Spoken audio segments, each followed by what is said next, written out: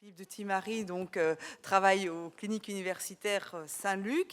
Et donc c'est, je viens de le dire, d'abord un chercheur, donc il a fait, je veux dire, il est médecin, mais il a fait une thèse en recherche et a fait la psychiatrie après. Et donc il a la responsabilité notamment des patients qui sont dépendants à l'alcool aux cliniques Saint-Luc. Et il fait un travail remarquable dans ce domaine-là. Alors, c'était la personne, je vais dire, de choix pour pouvoir travailler finalement avec lui, la relation qui peut exister entre l'intestin et le cerveau. Et je vais dire, sur base de données qu'il a obtenues, sur base de ses connaissances, bien entendu, de chercheurs, mais également de psychiatres et de médecins, il va tâcher de nous dire finalement dans quel sens cela se passe. Est-ce finalement l'intestin qui parle au cerveau ou l'inverse, ou les deux? On t'écoute. Merci Marcel de m'avoir invité à venir parler de ce rapport entre intestin et cerveau, entre ce qui se passe au niveau des racines et ce qui se passe au niveau de la cime, pour reprendre un peu ce qui a été dit ce matin. Et c'est vrai que la complexité est d'un autre ordre, mais ça n'est pas plus simple en fait de comprendre finalement les liens qui peuvent exister entre intestin et cerveau. Comme psychiatre ou comme psychologue, on est amené à rencontrer des patients qui souffrent de difficultés psychologiques ou de problèmes psychiatriques avec des composantes multiples et complexes, une composante génétique, un rôle probable sur le plan biologique de neurotransmetteurs, le rôle des apprentissages, des stress précoces entre autres. La qualité des interactions qui vont éventuellement permettre à un moment donné de corriger les effets de certains stress, l'interaction maternelle, paternelle dans la petite enfance, la qualité du soutien, les limites données par les parents, les dimensions de personnalité, les capacités d'élaboration de la pensée par la personne, les histoires personnelles, tout ça va influencer finalement la manière dont une personne va vivre son existence. Alors, la question est de savoir si finalement ce qui se passe dans l'intestin ne va pas, mine de rien, quand même influencer ces dimensions-là. Et en tout cas, chez l'homme, on est vraiment au tout début de la compréhension de ces mécanismes. Là où, par exemple, dans le diabète, on semble être très avancé, en psychiatrie, c'est encore quelque chose qui est vraiment tout à fait à son démarrage. Maintenant, il est connu quand même maintenant depuis une quinzaine d'années que l'inflammation joue un rôle en psychiatrie. Alors, certaines études très simples ont pu le démontrer. Pour parler des gastro-entérologues, quand un gastro-entérologue traite une hépatite C à l'aide d'interférons, il va provoquer chez 40 à 50% de ses patients une dépression sévère. Et donc, on sait que ces facteurs inflammatoires vont jouer un rôle très important dans l'apparition de maladies psychiatriques. C'est la même chose avec le cancer. Et alors, par ailleurs, dans un certain nombre de maladies psychiatriques, on s'est aperçu qu'il existait, comme dans le syndrome métabolique, une inflammation dite de bas grade qui va également jouer probablement un rôle là-dedans. Ça a été montré de manière très claire pour la dépression, de manière très claire pour la schizophrénie. Et en fait, le lien qui peut exister entre l'inflammation et l'expression comportementale de maladies a été traduit par certains chercheurs qui sont plus des biologistes, qui sont intéressés à ce qu'on appelle le comportement de maladie, donc le comportement induit par un processus inflammatoire. L'apparition d'une inflammation va générer un certain nombre de produits inflammatoires, de cytokines, qui viennent activer au niveau du cerveau un certain nombre de processus qui donnent lieu au comportement de maladie. Donc quelqu'un qui a une grippe, il développe de la fièvre, il va se sentir complètement abattu, douloureux dans son lit. Mais quand on réfléchit, finalement, ces manifestations, hormis la fièvre, sont des manifestations qui ne sont pas très très différentes des manifestations de la dépression. Et en fait, ce qu'on pense probablement, c'est que quand l'inflammation devient chronique, va apparaître éventuellement un processus dépressif qui va se maintenir en permanence. Maintenant, ce qui est un petit peu neuf dans le domaine de la psychiatrie, c'est de s'intéresser aux sources de cette inflammation. Et là, je pense que la chance qu'on qu'on a eu dans cette collaboration justement avec l'équipe de Nathalie Delzen, c'est de s'intéresser un petit peu à ces sources de l'inflammation dans les maladies psychiatriques et plus particulièrement dans l'alcoolodépendance qui est à la fois le domaine dans lequel je travaille sur le plan clinique, mais également sur un plan de recherche. Donc finalement, l'inflammation influence de manière importante l'humeur et on peut se poser la question finalement des origines de l'inflammation dans ces affections psychiatriques. Alors, dans le cadre de la problématique alcoolique, ça a été évoqué tout à l'heure par Patrice, il est connu que la consommation de produits alcoolisés va, via un processus qui implique une augmentation de la perméabilité intestinale et la production de lipopolysaccharides, va influencer l'apparition, par exemple, des maladies hépatiques et entre autres de la cirrhose du foie. Alors, les chercheurs en biologie animale se sont intéressés à ces questions et ont pu montrer un effet de toxicité direct de l'éthanol sur l'épithélium intestinal qui semble dire que finalement l'alcool vient à un côté un peu corrosif comme ça et vient en quelque sorte augmenter la perméabilité intestinale et par ce biais-là influencer l'apparition de ces processus inflammatoires. L'autre question qu'on peut se poser, c'est comment est-ce que ça va intervenir éventuellement au niveau du cerveau. Et là, un certain nombre d'études chez l'animal ont montré que des produits qui modifiaient la composition de la flore intestinale, comme la prise d'antibiotiques d'une part, ou la prise de fibres alimentaires ou de probiotiques, pouvaient, en tout cas dans des modèles animaux, avoir des répercussions du côté de la barrière intestinale et du côté des problématiques hépatiques. Maintenant, ce qui est un peu neuf, c'est de s'intéresser à ce qui se passe au niveau cérébral. Et alors, par rapport à ça, on a réalisé un certain nombre d'études qui se déroulent toujours un petit peu de la même manière. On accueille dans notre unité clinique ou clinique Saint-Luc des patients qui sont hospitalisés pour environ 3 semaines et on teste en début et en fin de sevrage d'alcool une série de facteurs. Alors, on a sélectionné pour le cas des patients qui ne présentaient pas de maladie hépatique parce que ça va compliquer les processus inflammatoires puisque le foie peut être aussi une source d'inflammation. Et par ailleurs, on a comparé ces sujets à des sujets contrôle. Et on a finalement réalisé un certain nombre de travaux, des travaux plus simples qui visaient d'abord à vérifier le modèle de la perméabilité intestinale et du lien avec les processus inflammatoires et cérébraux. Et puis, on est allé dans une deuxième étude fouiller de manière beaucoup plus fine ce qui se passait au niveau des, finalement, produits intestinaux qui pouvaient être à l'origine des processus inflammatoires. Et finalement, dans une troisième étude, on s'est intéressé à la question des effets de l'alcool sur le microbiote et la manière dont ce microbiote intestinal pouvait influencer la perméabilité intestinale et finalement les processus psychologiques de la maladie alcoolique. Alors ici, cette diapositive résume finalement les résultats de la première étude, qui était une étude relativement simple dans laquelle on a testé nos patients en début et en fin de sevrage et on s'est rendu compte qu'il existait chez les patients alcooliques en début de sevrage en moyenne une augmentation de la perméabilité intestinale et que cette augmentation de la perméabilité intestinale était liée à la production d'un certain nombre de cytokines plasmatiques, à une augmentation des lipopolysaccharides et finalement que c'était corrélé également avec les dimensions comportementales du côté d'une expression de la dépression, de l'anxiété et de ce qu'on appelle le craving pour l'alcool, qui est cette appétence très prononcée pour les boissons alcoolisées. Et donc on se dit, on tient peut-être une piste intéressante pour finalement comprendre comment l'intestin pourrait interagir avec les processus psychologiques liés à la dépendance à l'alcool.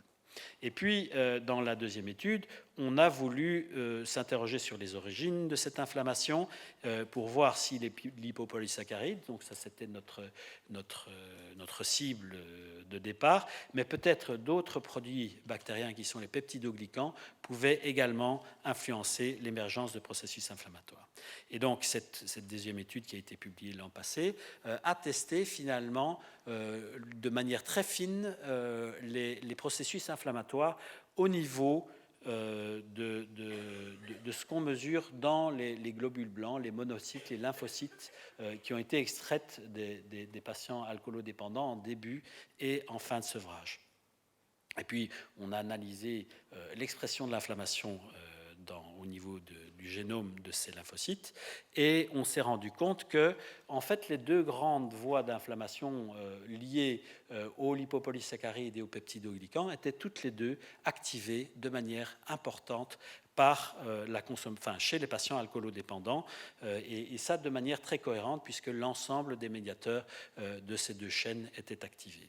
Alors, je ne vais pas rentrer dans le détail de ces voies inflammatoires qui sont très complexes et qu'on peut voir ici, mais en gros, et là les résultats chez l'homme s'opposent un petit peu aux résultats qui étaient observés chez les animaux, qui pensaient plutôt à une application de certaines voies qui était par exemple la voie du NF-κB, qui dans les modèles animaux d'alcoolodépendance était stimulée de manière importante. Ici, on s'est rendu compte que chez l'homme, ça ne semblait pas fonctionner de la même manière, et que c'était vraiment d'autres voies inflammatoires qui étaient activées de manière importante. Maintenant, donc là, c'est ce qu'on mesure au niveau des globules blancs, où on voit clairement donc, ici donc la voie, l'interleukine 1 et l'interleukine 8 qui dépendent de cette voie-ci sont sécrétés, sont activés de manière importante, mais on s'attendait à ce qu'il y ait finalement aussi une stimulation de ces voies-là, parce que quand on mesure au niveau plasmatique, on va se rendre compte qu'il y a une augmentation des taux plasmatiques de ces valeurs-là, mais ça veut dire que le TNF-alpha et l'IL-6 sont probablement sécrétés plutôt par le foie, que le foie ou d'autres tissus du sujet vont finalement participer à ces processus inflammatoires. Et donc on commence finalement à comprendre un petit peu mieux la dissection de ces effets inflammatoires de la prise de boissons alcoolisées. Alors, on a après regardé dans quelle mesure cette inflammation mesurée était liée à d'autres processus liés à la consommation d'alcool, et entre autres à ce que j'ai appelé le craving pour l'alcool, qui est cette appétence très forte pour les boissons alcoolisées. Et on s'est rendu compte qu'une des interleukines particulières, qui est l'interleukine 8, était finalement le meilleur prédicteur du craving. Et que par ailleurs, on s'est rendu compte également que la quantité d'alcool consommée allait également influencer de manière importante cette production inflammatoire. Donc il y a aussi un effet de sévérité de l'alcoolisme qui va participer à l'apparition de ces processus inflammatoires. Après, dans un deuxième temps, on a voulu mesurer les effets du sevrage d'alcool, et on se rend compte que le sevrage d'alcool va permettre une récupération de la perméabilité intestinale, une récupération des lipopolysaccharides, mais par contre, il ne va pas y avoir récupération des voies qui sont associées aux peptidoglycans, et donc il semble y avoir chez ces patients la persistance d'une inflammation de longue durée liée aux peptidoglycans. Alors, on est encore un peu au balbutiement de ces recherches, parce que ce qui nous intéresse, nous aussi, comme psychiatres, c'est de voir dans quelle mesure ces processus inflammatoires vont être liés à d'autres dimensions comportementales de l'alcoolisme, et ça, c'est des éléments qu'on est occupé à mesurer maintenant, mais on n'est pas encore très loin, et j'en reparlerai à la fin de l'exposé. Finalement, la troisième étude s'est intéressée de manière plus proche à ce qui se passait au niveau du microbiote intestinal, en interrogeant les effets de l'alcool sur la composition du microbiote, sur la perméabilité intestinale et sur les dimensions finalement comportementales, avec l'idée aussi au niveau du microbiote de s'intéresser à la composition même du microbiote, mais également à sa fonctionnalité, c'est-à-dire aux métabolites qui étaient produits au niveau fécal par ce microbiote. Donc ici, il s'agit de sujets alcoolodépendants qui sont testés en début et en fin de sevrage, chez qui on va mesurer la perméabilité intestinale à l'aide d'une méthode particulière. On va mesurer aussi de manière très fine la composition de la flore intestinale et la composition des métabolites qu'on retrouve au niveau des selles. Et alors, on s'est intéressé à deux sous-populations de patients alcoolodépendants, ceux qui présentent une forte perméabilité intestinale et ceux qui présentent une perméabilité intestinale normale. Et en fait, on se rend compte d'une chose, c'est que finalement, ceux qui ont une forte perméabilité intestinale ne sont pas les plus gros consommateurs d'alcool. Donc ça va à l'encontre de l'idée que l'éthanol lui-même viendrait régler cette question de la perméabilité. Par contre, on peut se rendre compte que ces patients qui présentent une plus forte perméabilité intestinale vont présenter, alors ça c'est en début de sevrage, on voit que les scores de dépression, d'anxiété et de craving sont un petit peu plus élevés, mais c'est surtout à la fin de la période de sevrage qu'on va se rendre compte d'une différence qui devient alors majeure avec le fait que finalement ceux qui présentent une forte perméabilité intestinale sont ceux qui vont être les plus susceptibles de recherche parce qu'ils présentent les caractéristiques psychopathologiques les plus développées, les plus marquées du côté finalement de cette perméabilité intestinale.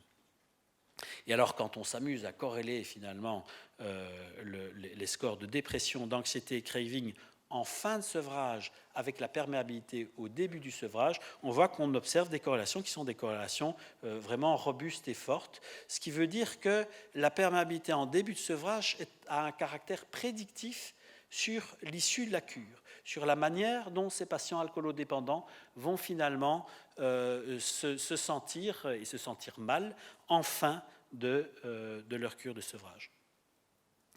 Alors, par ces analyses du microbiote, on a pu mettre en évidence, et ici c'est un schéma qui montre en fait, qui résume les caractéristiques générales des bactéries qui sont retrouvées dans les trois populations. Donc c'est un schéma qui utilise des méthodes statistiques complexes pour montrer la proximité entre les profils bactériens des différents sujets.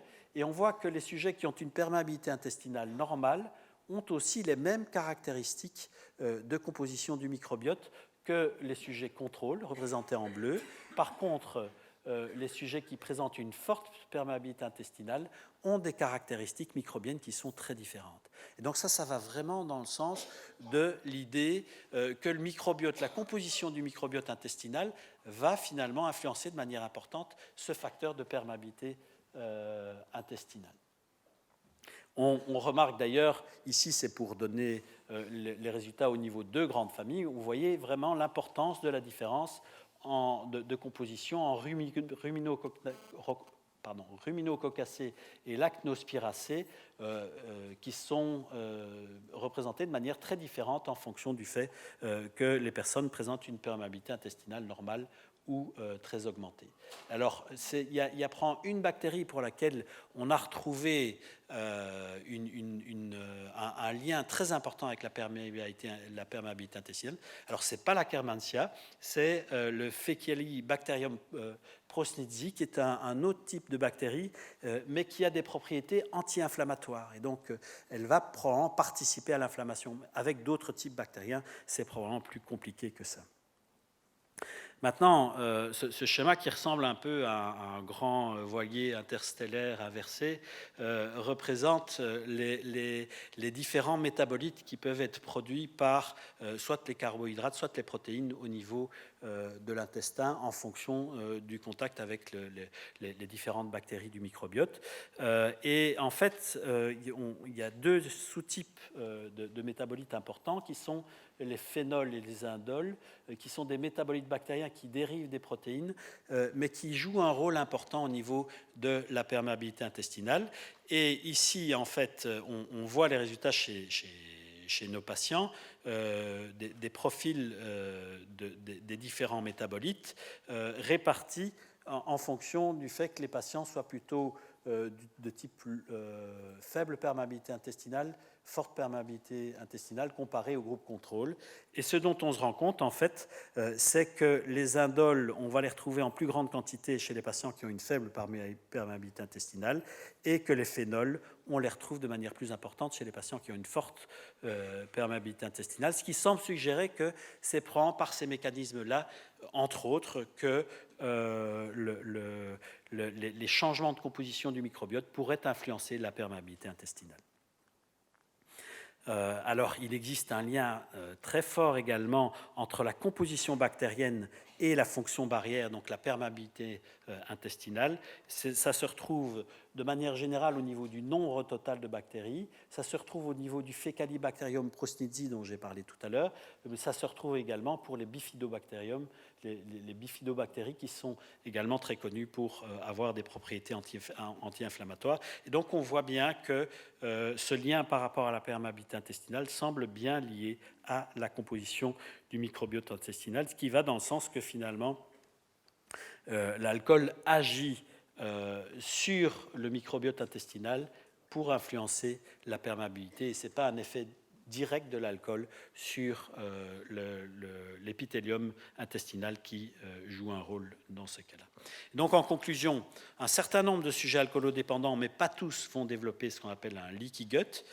Et ce leaky gut ne semble pas résulter d'une simple toxicité directe de l'éthanol sur les cellules de l'épithélium intestinal.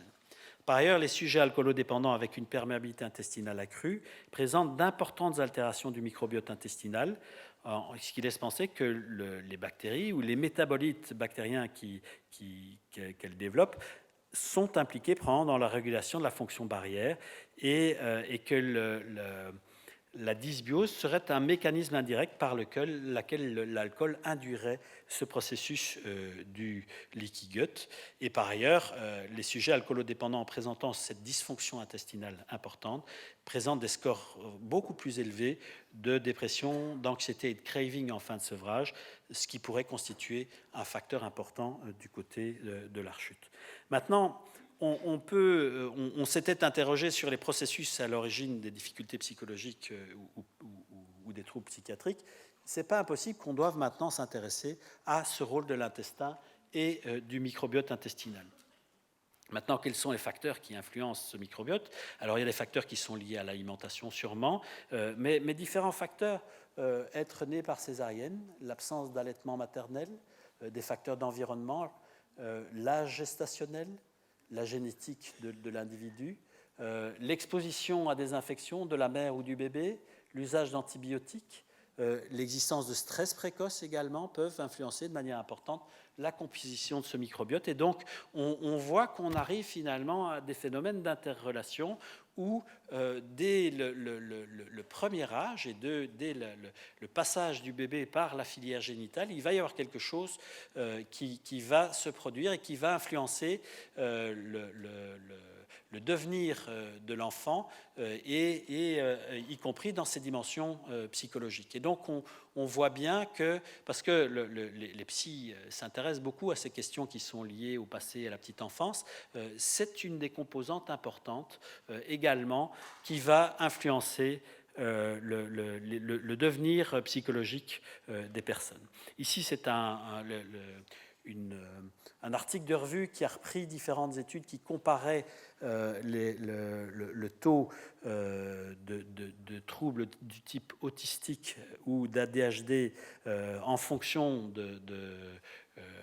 du fait que l'enfant soit né ou non par césarienne. Et on voit, alors c'est pas extrêmement marqué, c'est pas une taille d'effet extrêmement importante, mais il y a quand même un effet lié à ces processus liés à la césarienne, ce qui semble influent. Alors, la césarienne ne se limite pas à la question de l'infection, la contamination de l'enfant par le microbiote vaginal de la maman, mais ça joue probablement un rôle dans les manifestations de l'autisme et de l'ADHD. Donc la dysbiose semble associée à certaines maladies psychiatriques. Pour l'instant, c'est des choses qui chez l'homme semblent montrer dans le cadre de l'autisme, de l'alcoolodépendance, mais peut-être d'autres pathologies. Alors au niveau de modèles animaux, c'est assez intéressant quand on utilise les souris Gemfrey dont il a été question ce matin et tout à l'heure. Elles présentent des anomalies comportementales avec une diminution de l'anxiété et l'altération de certaines fonctions cognitives. Alors, on pourrait se dire, il y a une diminution de l'anxiété, c'est bon pour l'animal, mais l'animal qui est anxieux va parfois mieux se défendre que l'animal qui n'est pas anxieux, et donc l'anxiété n'a pas que des dimensions négatives, en tout cas, en termes de survie de l'individu, ça peut être un élément important. Et finalement, le microbiote intestinal pourrait influencer les fonctions cérébrales et le comportement. Maintenant, certains auteurs ont montré que les déficits de la barrière gastro-intestinale et du microbiote et on montrait en fait dans un modèle de souris présentant des manifestations de type du spectre autistique des déficits de la barrière gastro-intestinale et du microbiote et que par ailleurs le traitement de la descendance avec certaines bactéries allait influencer finalement la perméabilité intestinale mais également améliorer les dimensions comportementales et finalement l'administration à une souris naïve de métabolites présents chez les souris autistiques est diminué par des métabolites précis qui étaient diminués par le Bacteroides fragilis, allait également induire un comportement anxieux. Et donc, ça vient vraiment soutenir l'idée qu'il existe ce lien entre des processus psychologiques et les processus survenant au niveau du microbiote intestinal. Maintenant, par quel mécanisme ? Alors les mécanismes sont nombreux. On a parlé des cytokines et de l'inflammation. Il semblerait que le nerf vague puisse également jouer un rôle important. Ce qui se passe au niveau de l'intestin et du microbiote va modifier également le fonctionnement de l'axe hypothalamo-hypophyso-surrénalien. L'inflammation elle-même va modifier de manière importante le métabolisme du tryptophane qui joue un rôle, en tout cas dans le développement de la dépression. Et récemment, on a pu observer chez nos patients alcoolodépendants, ça jouerait un rôle aussi dans la problématique alcoolique. Et alors, il existe tous ces métabolites de l'intestin qui vont avoir des répercussions importantes sur le comportement. Et dans le cas de la problématique autistique, on pense vraiment que c'est ces modifications des métabolites intestinaux qui vont jouer un rôle. Mais on voit bien que la multiplicité de ces canaux de communication entre l'intestin et le cerveau font de l'intestin un organe tout à fait essentiel pour venir modifier des manifestations comportementales chez l'homme. Maintenant, toute la question à laquelle on s'attelle actuellement, c'est sur quel processus psychologique pourrait opérer ces modifications intestinales. Alors on a vu que ça joue un rôle sur l'humeur et sur le craving pour l'alcool. On pense, et ça on a certains résultats préliminaires qui vont dans ce sens-là, c'est que ça pourrait jouer un rôle sur des processus cognitifs, sur des dimensions qui sont liées également à ce qu'on appelle la cognition sociale, donc qui va modifier finalement les qualités d'interaction d'une personne avec son environnement social. Ça pourrait jouer un rôle également sur la régulation des émotions et finalement peut-être sur la personnalité de l'individu. Ça, c'est des questions qui sont en chantier actuellement, mais on espère bien mieux comprendre finalement les liens qui existeraient entre cette complexité-là et l'ensemble des manifestations qui vont influencer le devenir psychologique de la personne. Finalement, pour revenir à la problématique alcoolique, les observations qui ont été réalisées en collaboration avec l'équipe de Nathalie Delzenne permettent d'entrevoir des interventions, entre autres par la supplémentation d'agents prébiotiques qui pourraient modifier la composition du microbiote intestinal, modifier la perméabilité intestinale, modifier l'inflammation et, on l'espère, modifier le comportement de la personne alcoolique. Voilà. Je tenais quand même à remercier les personnes qui ont été associées à ce travail. Le travail a été réalisé en très grande partie par Sophie Leclerc, donc, qui a réalisé sa thèse de doctorat sous la supervision de Nathalie Delzenne et de moi-même, et puis toute l'équipe de Nathalie Delzenne qui a collaboré également de manière importante à ces travaux. L'équipe de Peter Starkel, qui est le gastro-entérologue avec qui je collabore au quotidien dans l'unité d'alcoolologie, et finalement d'autres collaborateurs appartenant à l'UCL ou à d'autres lieux, et aussi l'équipe infirmière des cliniques Saint-Luc qui nous aide dans le travail avec les patients et pour la collecte de ces données. Je vous remercie de votre attention.